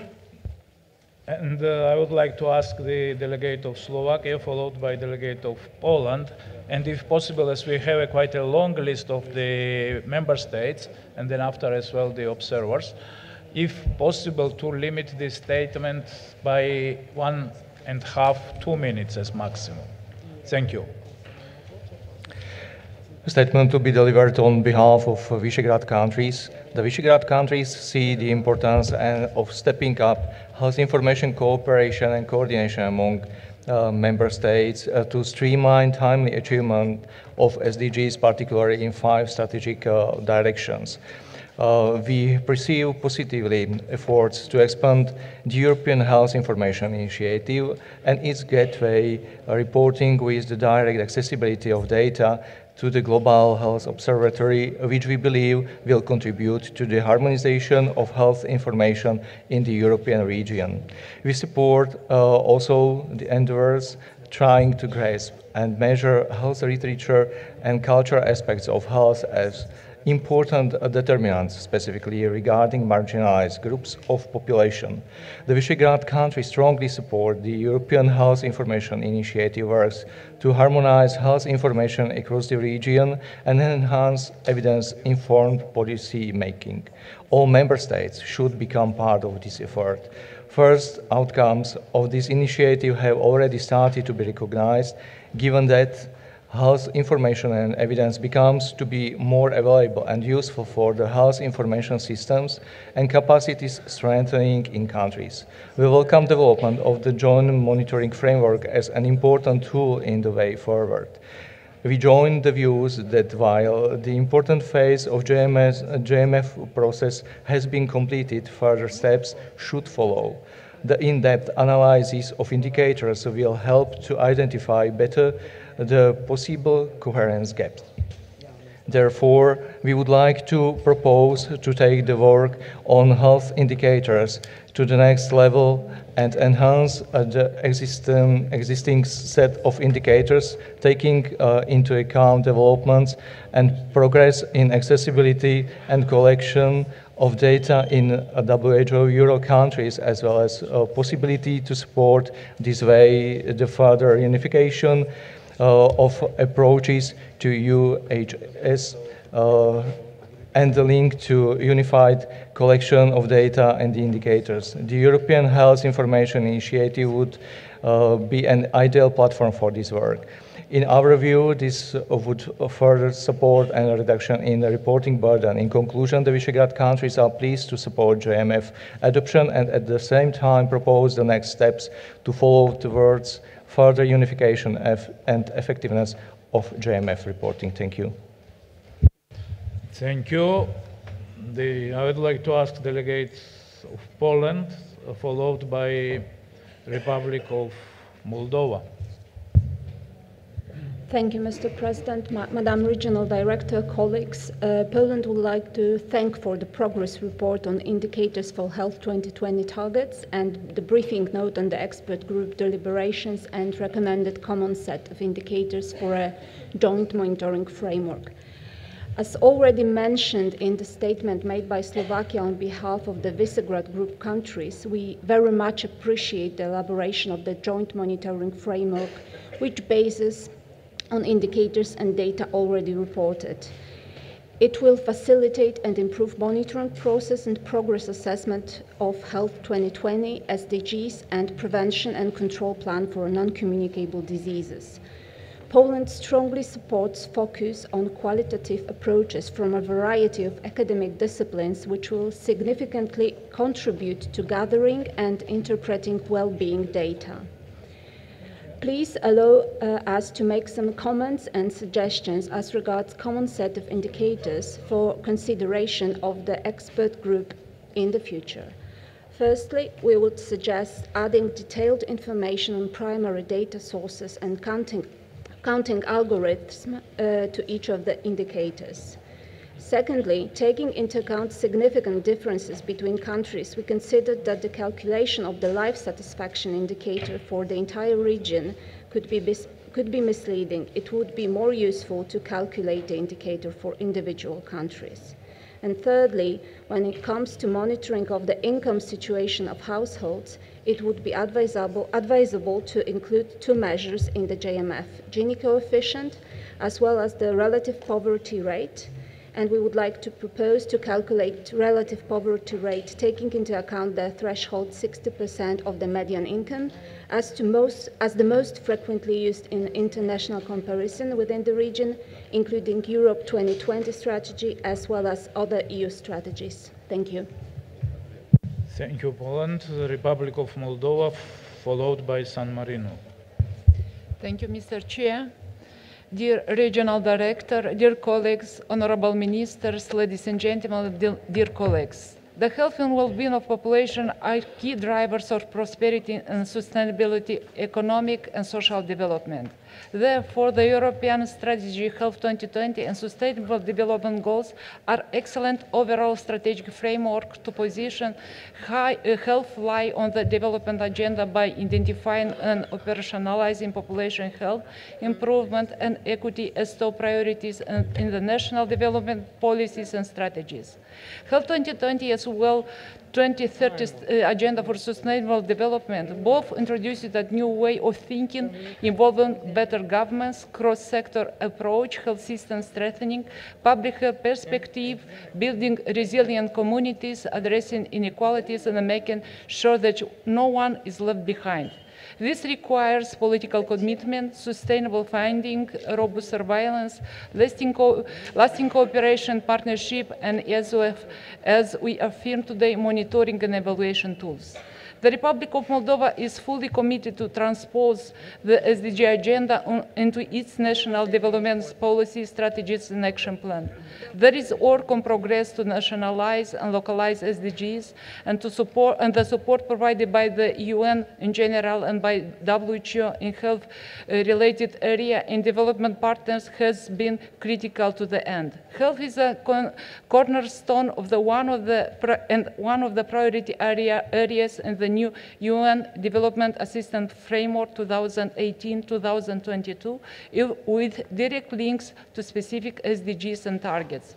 The political commitment is also reflected in a new Moldova 2030 strategy, with health explicitly prioritized and centrally positioned in this document, and which shall be fully harmonized with the WHO Health 2020 SDGs, 13th WHO Global Program of Work, and provision from the European Union Moldavian Association Agreement. Given the unfinished health reforms agenda and the relevance of the SDG agenda to ensuring universal health coverage, I'd like to reaffirm the full support of the Republic of Moldova to SDGs implementation roadmap and its five strategic direction and 4 enablers is one of the key documents to the health member states, reaching out to all, including most disadvantaged and those who are hard to reach for the time being, ultimately leaving one behind. At the core of this important work towards the implementation of 2030 Agenda for Sustainable Development, building on Health 2020, there should be a set of carefully selected, policy-relevant and valid indicators. The Republic of Moldova considers that an important step towards this objective has been achieved with the proposed joint monitoring framework. We therefore support adoption of this decision on joint monitoring framework in context of the roadmap to implement 2030 Agenda, building on Health 2020, and fully commit to the implementation of proposed common set of indicators on the joint monitoring framework. Allow me please to conclude by saying that health reporting is the art of presenting the results of health monitoring to a target audience. I use this opportunity to thank you, Madam Regional Director, and your health information team for excellent work on producing profile on health and well-being, as well as headlights on health and well-being for the Republic of Moldova. Thank you. Thank you. The delegate San Marino, followed by Monaco. And once again, I would like to ask the member states, as we have only 15 minutes before break, to limit, if possible, by 2 minutes maximum. Thank you, Mr. President. Ladies and gentlemen, the 2030 Agenda is a plan for people, the planet, prosperity, peace, and partnership. Of all these elements, there is one which stands out among all, the focus on people. In San Marino, we take this very seriously. People are the very core of any of our policy, from its design to its full implementation. We can say that very proudly, as San Marino has the longest-lasting democracy, which literally means the will of the people in the world, more than 17th century of history. We are even prouder of this at our times, when we see the very core principles of democracy being shaken by demagogy. 3 elements have made our democracy to survive and thrive. Citizens first. Nothing else is more important than the real needs of the people we serve. Citizens engaged. Since childhood, citizens must be empowered and must feel that someone is listening to them and that their opinion matters. It is a government responsibility to make sure that citizens are empowered. Citizens prosperous. Citizens who are engaged, care for the society they live in. This makes our society prosperous, equitable, inclusive, and safe. Someone said the SDGs are abstract. They could actually be no more concrete than that. Everything we do in our daily life is about the SDGs. The environment we live in, the work we have, how we consume, the schools our children go to. They become abstract if they remain confined to the policy-making stratosphere and do not go down to the planet Earth. San Marino and the small countries have something to offer in this sense. Our small population size is indeed a challenge we have, but it is also our biggest strength. We have institutional settings which are similar to those in bigger countries, but we have something which is unique to us, the closeness we have with our citizens, and the power to transform a policy into reality at a quick pace. On the SDGs, San Marino has the formal endorsement by our heads of state, the political commitment by our parliament, the engagement of our citizens. In San Marino and in many of the small countries, these three levels speak with one another, granting strong vertical coherence. We will give proof of such cohesion next April on the occasion of the 6th high-level meeting of the small countries, which will take place in conjunction with the formal ceremony of the first day of service of our Heads of States. We are honored to have attendance on that day of the DGs, Dr. Tedros, and of the RD of WHO Europe, Dr. RC68, Jakob, and of many ministers from the small countries. For us in San Marino, this ceremony is not just a mere formality. It is the engine of our democracy, and it is the same engine which, thanks to the presence of the highest representatives of WHO, will further boost the uptake of the 2030 agenda. Thank you. Thank you. I would like to ask delegates of Monaco, followed by Cyprus. Merci, Monsieur. Thank you very much, Chair. Regional Director, ladies and gentlemen, my delegation would like to thank the Secretariat of the WHO for the very relevant report on the 2030 agenda. We welcome what constitutes, in our view, a first step with a view to a rationalization of the requests for data, whilst underscoring the importance of working together on specific situations which represent, which small countries represent. I'd like to recall here the existence of the small country health initiative, SHIN, which was put forward by member states who have less than 1 million inhabitants since 2016. I would like to thank the regional director for having supported this initiative and for having taken into account the specific features of small countries. I should also like to extend my gratitude to the WHO office in Venice and to Madam Claudia Stein for the work that has been done throughout the year. We already know that the first results are emerging now because the number of questionnaires sent by the WHO to small countries has diminished greatly this year in comparison to previous years.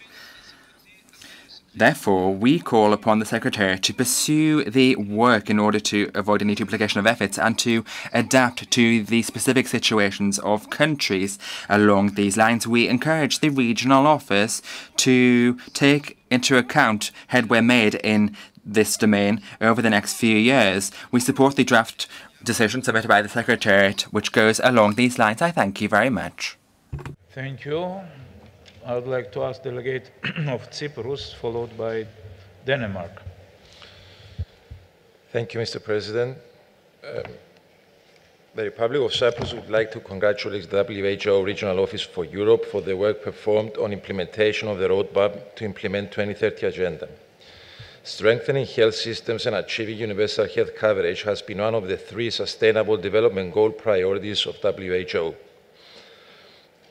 Allow me to use the limited available time to make reference to health reforms currently taking place in Cyprus that are aligned to these goals. Political commitment and historical consensus to engage in the reform process was reached in June 2017, embedding essential building blocks of universal health coverage and financing of the national health insurance system. The law on public hospitals optimization, as well as the law that amends the legislation of the introduction of the national health system, passed unanimously from Parliament. More challenges follow and still lie ahead to ensure that the new system delivers safe and quality health services. Last year's efforts underline the necessity to consolidate the commitment and enhance efforts by all sectors of society to implement them. The atomization law provides for the establishment of a new public legal entity responsible for the administration and financial autonomy of the current public hospitals. This structural reform is expected to remove bottlenecks resulting from the existing unequal access in healthcare and inefficient use of resources, and at the same time improving the productivity and the quality of healthcare delivered to the patient. By early 2019, the new organization is expected to be fully functional. The National Health Insurance System Law will promote universal health coverage and address the existing inequalities of health care coverage amongst the population. Its principles are universality, universal coverage of the whole population, equality, that is equal access of beneficiaries to healthcare services, solidarity, contributions based on income, and free choice. The patients choose freely their healthcare professionals.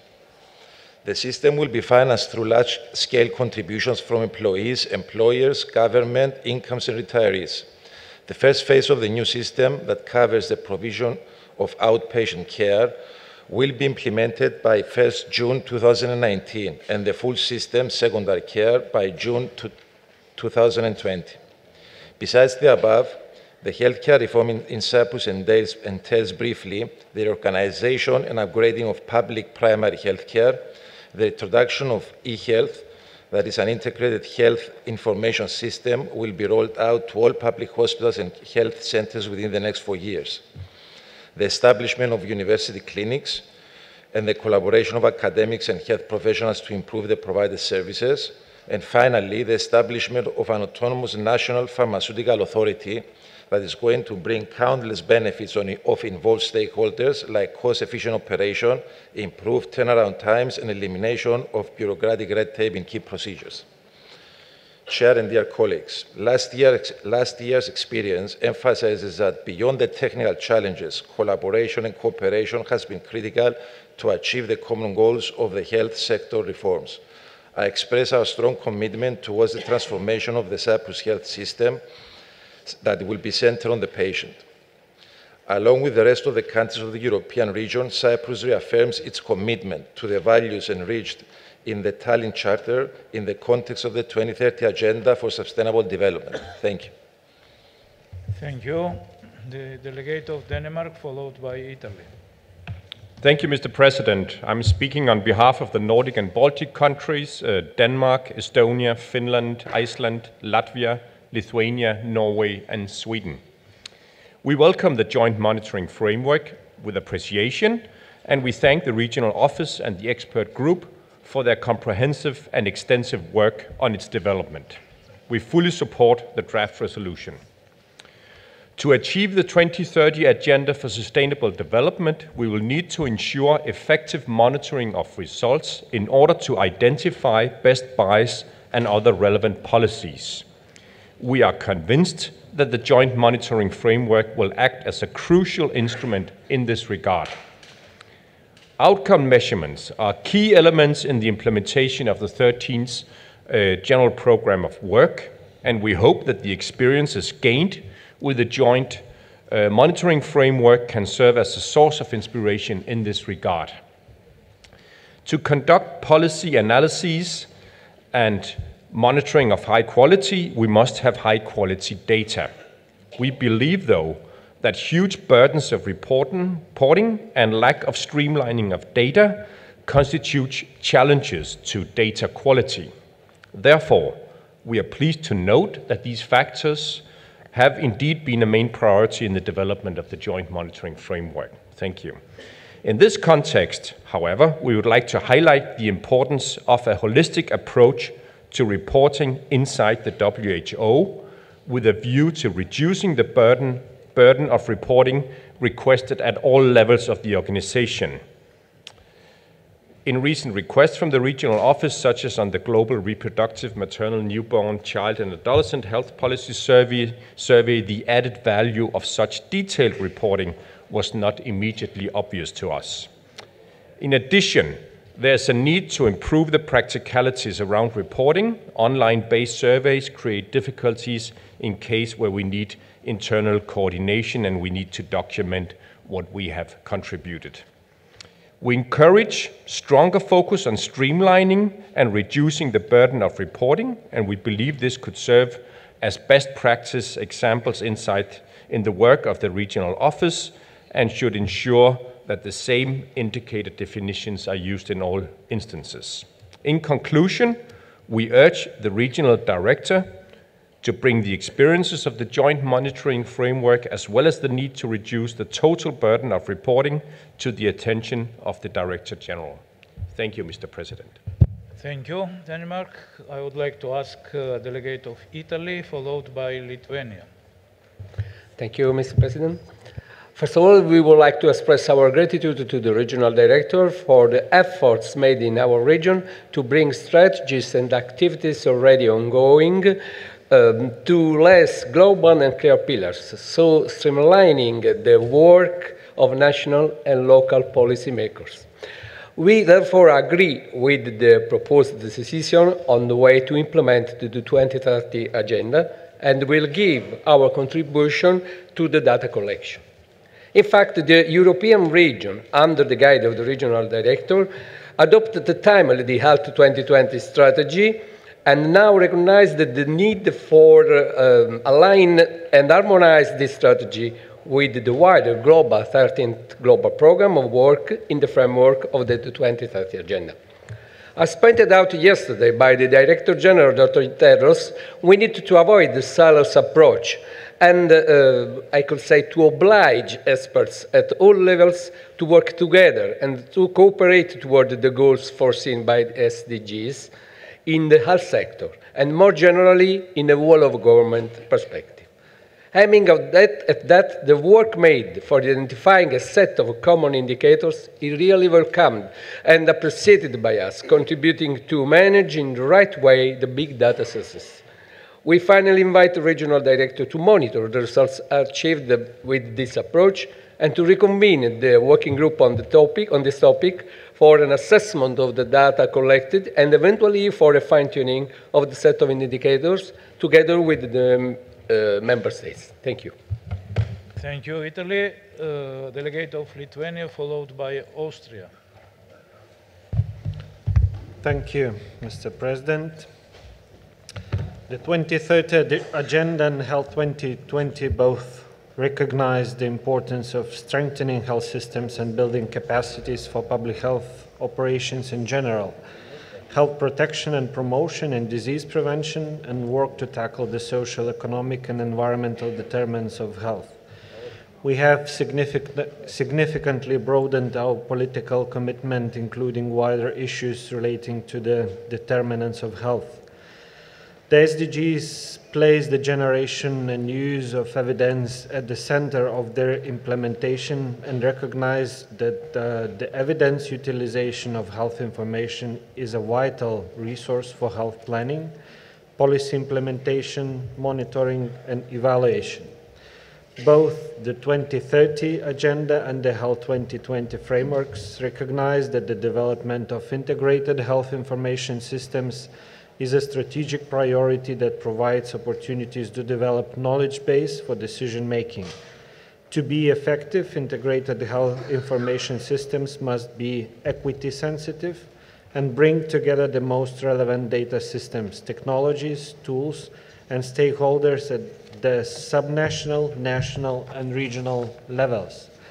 Lithuania welcomes the work done by the WHO Regional Office for Europe, aiming to reduce the burden of reporting and streamlining data collection in the region. We find the indicator inclusion criteria reasonable, and therefore we agree with the proposed common set of indicators of the joint monitoring framework. Thank you. Thank you. I would like to ask the delegate of Austria. Danke, Herr Vorsitzender. Thank you. We would like to thank the Regional Director and the Regional Office once again for the forward-looking strategy, which has helped us work on the political framework for Health 2020. This has already been a very important preliminary step for the implementation of the Agenda 2030. It really helps us with our work and greatly facilitates the national implementation of the sustainability goals. The JMF, the framework, has also helped us with the data collection for the various indicators of the various Euro policy framework aspects, and therefore it's a milestone which is making political action more measurable and controllable. So we're very grateful for that as well. We also think that it needs to be pointed out that there are other challenges we're still up against, however, and we'd like to encourage all of us to have more strengthened and proactive coordination of our cooperation between the member states of WHO, European Union, OECD, and so forth, because we really need that coordinated cooperation. In this connection, let me also say that the European Health Information Initiative is an exemplary mechanism in our region, and it's very important for the formation of our policy and its implementation. And as we have said repeatedly in the past, we need to have this mechanism implemented on a global level. Let me also point out, however, that there are new opportunities and methods out there which need to be made use of in order to promote the system. And very important in this connection is health competence and the indicators that need to be integrated. And that brings me to the end of my statement. Thank you very much. Austria. As I don't see any other requests from the member states, I'd like to ask the observers, and I have the information that the United Nations Population Fund has a statement, request for the statement. No? UNFPA, no? Then regarding the non-state actors, I have the information that joint statement of International Federation of Medical Students, Association European Medical Students, Association European Forum for Primary Care, Studiorum, as well as the International Society of Physical and Rehabilitation Medicine. The statements are uploaded already on the web and application. And I'd like to ask if are requests for statements. I don't see any. And then before asking the regional director for response, I'd like to ask to give them the floor to read the statement. Can you stop the mic, please?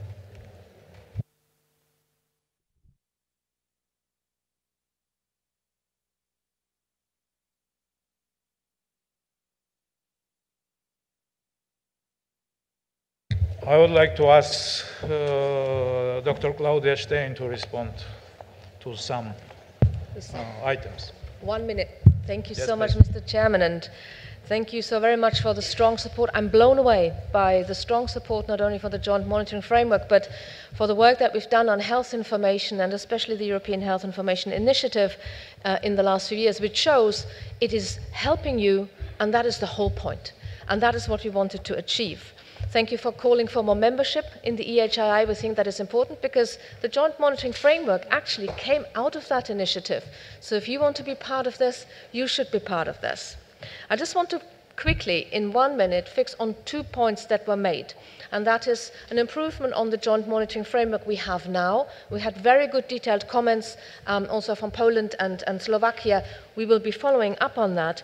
And as you know, there is a progress report on Thursday where we will explain what we have done so far in Health 2020 indicators, but we need to go to the next stage. And that was very clear a call from the Visegrad countries to now go into the next phase of indicator development for this region, and we very much welcome that, and we would really like to discuss this further with you. The EHII is, of course, a good platform for that. But I would also like to thank for the stimulation of thinking about different kind of indicators now. And health literacy has come up all the time. And yesterday in our technical briefing with 85 participants, we heard you think this is core, this is key, this is not a nice to have. I would also just like to mention, and I think the regional director will expand on that, There is an effort that the regional director has taken to bring the gatekeeper function to the global level. That's of course a much bigger job, much bigger to operationalize because it is a much bigger office, but of course it is very important, and we're glad that you feel the gatekeeper function has reduced also your reporting burden. That is really what we want to do, and to hear from you that this is working is enormously helpful, so we know where to go next, and I hope we will discuss this more at lunchtime in the ministerial lunch on health information innovation, and I would like to thank again, and I think our RD will have perhaps also some words on that. Thank you very much indeed for your support. Thank you, Claudia. Please, Regional Director. Thank you very much, Mr. Chairman, and we are running out of time, therefore I will confine my comments to some very short replies. First of all, I would like to thank you, all speakers and panelists, for this very rich discussion, and also all the member states and partners who are making good progress, and of course civil society who are making good and strong progress and support in this area. You all confirmed in the course of the discussion that the adoption of the 2030 Agenda and the universal commitment to SDGs has created a unique momentum for public health. We are moving into the right direction, that is very clear. With Health 2020, as we have discussed yesterday, we have already made significant progress, and now the roadmap with the strategic directions and enablers and accelerators will help you to make further progress. You also showed today that there are multiple pathways to implement the SDGs, depending on the national situation, on your priorities at home, and the policies that are in place. We have unprecedented political determination to strengthen health systems towards universal health coverage, to strengthen primary health care and public health and combat all the diseases, and you are all taking this forward, and there is progress in these areas. We also have an unprecedented opportunity to strengthen the governance of policies for health through the implementation of the SDGs across the sectors, but you need to lobby much more with the other sectors, with the environmental, social, economic, commercial issues and cultural issues for in the determinants, to make sure that they are embedded into health promotion and disease prevention activities, and they are taken forward also at the level of the communities. So I'd like to urge all of you, as I already did yesterday, to continue to make sure that health is a significant part of development, that the political commitment is there, even in those countries where it is still lagging behind at the highest level, I mean, that coherent and integrated policy approaches move forward, and there is a very strong commitment to address the financial protection related issues as well as all the determinants. I am very pleased to note all this support to the joint monitoring framework, and I can promise you that I will bring this to the attention of the Director General, and also the gatekeeper function that was just currently mentioned by Claudia also, which I already brought to the attention of the Global Policy Group. And as you heard also from Claudia Stein, once you have adopted this decision on the joint monitoring framework, we will move ahead to the next stage of indicator development. So this is not the end of the work, this is just the beginning of the process. Thank you for your attention. Thank you, Regional Director.